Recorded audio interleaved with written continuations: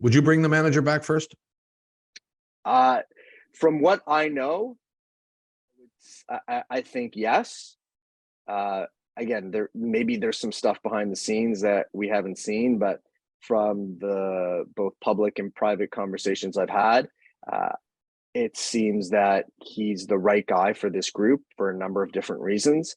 And I don't know how you can really argue against the job that he did. Obviously, game 2 is going to stick out for a lot of people, but he took a club that was in some trouble, 46-42, coming out of a messy week in Oakland and Seattle, a lot of disarray on a number of fronts, and basically he had to hit the ground running and didn't have much time or an opportunity to set things.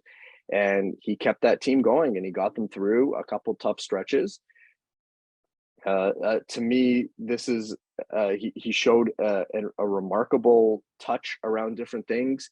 You think about the way that he handled certain situations with some of the undisciplined play, some of the lackadaisical base running, some of the haphazard things that had happened around the club. I thought it was important when he called out Vladimir Guerrero Jr. for not running. I thought that was significant in a number of different ways. So I think you saw some nice touches from him on delicate situations. And from the way that I understand that things have worked internally under him, it seems that he is the right guy for the job. But again, we're only working with partial information, so that's what I based. Well, I want to get to the Guerrero stuff specifically. Okay, he publicly calls him out, but what does he do behind the scenes? Did he chew him out? Did he pull him from a game? Did he make him sit? I didn't see that. And I also didn't see a dramatic change in the way Guerrero runs out weak-ass ground balls to first base afterwards. I saw laissez-faire going down first base. Mm-hmm. So I'm not sure that message got through. The thing with this manager is he's been with these young players, specifically, the shortstop and the first baseman, for a long time. And there's something to be said about that. But maybe he's too close to them. Maybe he is more friend than he is manager. And that is maybe the one significant thing that concerns me the most is there is a time when you got to be a disciplinarian, and I haven't seen him do that.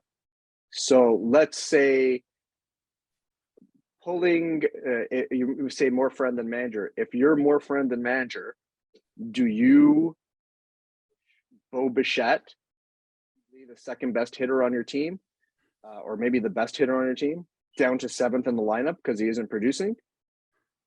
I mean, that's I know Bo Bichette said the right things because he's a pro, but I don't think he was too happy about that. And great. What did he do with Guerrero? Right. See, so hang with me for a second here.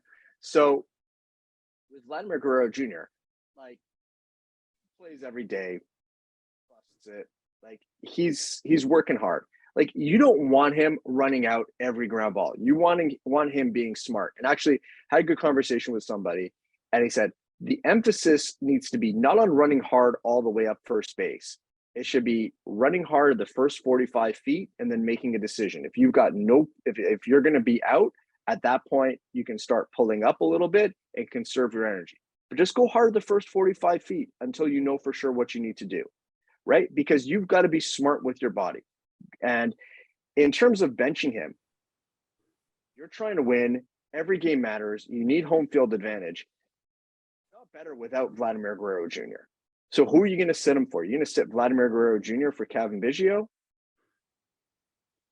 You're already down Lourdes Gurriel Jr. You're already down Santiago Espinal. Like, you're going to take Vladdy out of your lineup? So you have a conversation with him. And so when he confronted him after the game, Guerrero cut him off and said, "That's on me. I've got to run faster. I know I screwed it up." He took accountability immediately with Schneider. So yes, there's some discipline. And Vladdy said he also said that Schneider was right to call him out in the media. So there's some accountability there. And I know we want like these harsh actions, but I think you have to be measured in what you're doing, because it's different if you're doing that in May versus you're doing that in September. And it's different when you've got some margin for error versus every game counting in September. So, Okay. I think that's how we have to evaluate those actions. I also think that, hold on, Bob. I also think that how a manager manages in 2022 is different than we have seen in previous decades. And I think we've seen this in all professional sports as the pendulum has swung towards being, pro player, and players having the advantage over management and teams because of salaries and contracts. I mean, he's half team psychologist too. This is not Earl Weaver. This is not fire and brimstone. This is trying to find a way to be on that line to say, hey, listen, we have to be better. You have to be accountable, and doing it in a manner that we don't get players to sulk anymore. And that, I think John Schneider, I think Schneider should be back. I think they should have announced yesterday that he's coming back. That to me is a positive in a tough situation. But I think that the world has changed in 2022. I don't think you can be the way you want, Bob, even behind closed doors. Well, Shi has defended the manager on a couple of situations, and he's more than entitled to do that. But what Shi hasn't done is said, I want the manager back. I mean, I did say I think he should be back, based on what I know, right? Yeah. And again, and those are a couple examples that I've cited.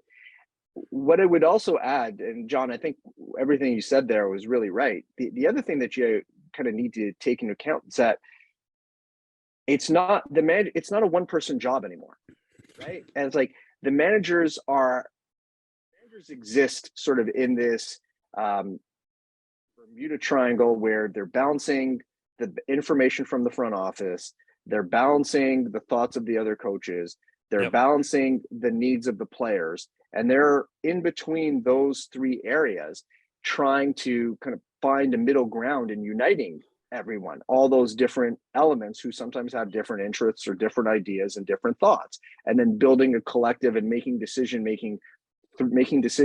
through that process. So it's not just I'm going with my gut and this is this, but before every game, they will have discussed any number of different scenarios and said, if this comes up, we like this guy versus these guys for these reasons. This is the data set that supports that, because this guy's pitches move this way and this guy's swing through this way, and this is this guy's vulnerability.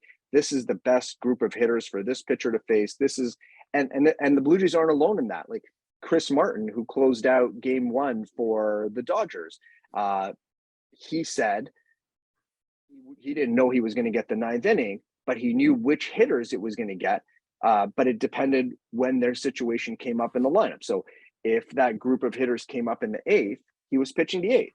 That group of hitters came up in the 7th, he was pitching the 7th. That group of hitters came up in the 9th, out he came, he closes out the game. This is how the game is working these days. And I'm not sure how many people would argue with what the Dodgers are doing, because the Dodgers do pretty much everything at the best level possible.